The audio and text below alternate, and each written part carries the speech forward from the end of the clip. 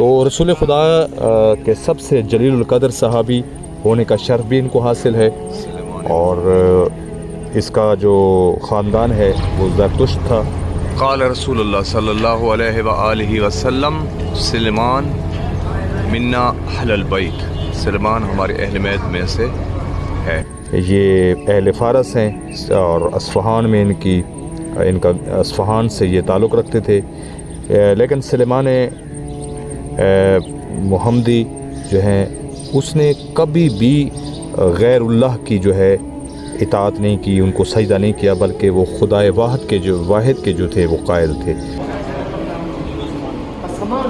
تو رسول اللہ نے فرمایا سلیمان آپ کو میں کتنی علامتیں دکھاؤں کہ آپ ایمان لے آئیں گے؟ تو سلیمان جو ہیں وہ حیران ہو گئے کہ رسول خدا کو میرا نام کیسے معلوم ہے؟ تو کہا یا رسول اللہ آپ کو میرا نام کیسے معلوم ہے؟ فرمایا کہ آپ کو یاد ہوگا کہ آپ فلاں مقام پہ ایک وادی میں تھے اور اس وادی میں ایک شیر نے آپ پر حملہ کیا تھا، تو آپ ڈر گئے تھے اس شیر سے کہ اب میری خیر نہیں ہے، تو ایک نقاب پوش ظاہر ہوا تھا جس نے آپ کو اس شیر کے حملے سے بچایا تھا۔ کہا کہ ہاں بالکل ایسے ہی ہے۔ تو کہا کہ وہ جو نقاب پوش تھا وہ میں تھا جس نے آپ کو شیر کے حملے سے بچایا تھا۔ بس جیسے ہی آپ نے رسول خدا کی یہ بات سنی، فوراً جناب سلیمان ایمان لے آئے، اور اس کے بعد رسول خدا نے اس یہودی سے کہا کہ سلیمان کو آزاد کر دو، اور جتنے آپ اس کے معاوضہ آپ چاہتے ہیں، جو بھی اس کا قیمت آپ چاہتے ہیں وہ قیمت ہم ادا کرتے ہیں۔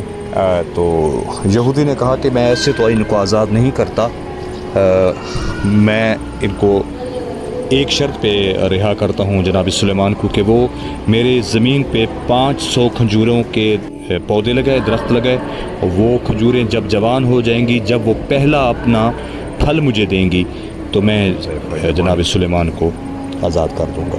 تو یہ جو کھجور ہے بہت دیر کے بعد جو ہے 50-60 سال کے بعد جو ہے اپنا پھل دیتی ہے جوان ہونے کے بعد۔ تو جناب سلیمان نے کہا کہ تب تک تو میں شاید اس دنیا میں رہوں کہ نہ رہوں، جب یہ کھجوریں جوان ہوں گی۔ تو رسول خدا نے فرمایا سلیمان آپ پریشان نہ ہوں، میں آپ کے ساتھ چلتا ہوں۔ میدان کھیت میں گئے، اور کھیت میں جناب رسول خدا نے جو گٹھلی ہوتی ہے کھجور کی، وہ رسول اللہ نے اپنی انگلی کے ساتھ پیوست کی زمین کے اندر، اور جناب علی مرتضیٰ نے ان گٹھلیوں کو پانی دینا شروع کیا۔ فوراً وہ پودا ظاہر ہوا، پودا درخت بن گیا پورا مکمل، اور اس نے اسی دن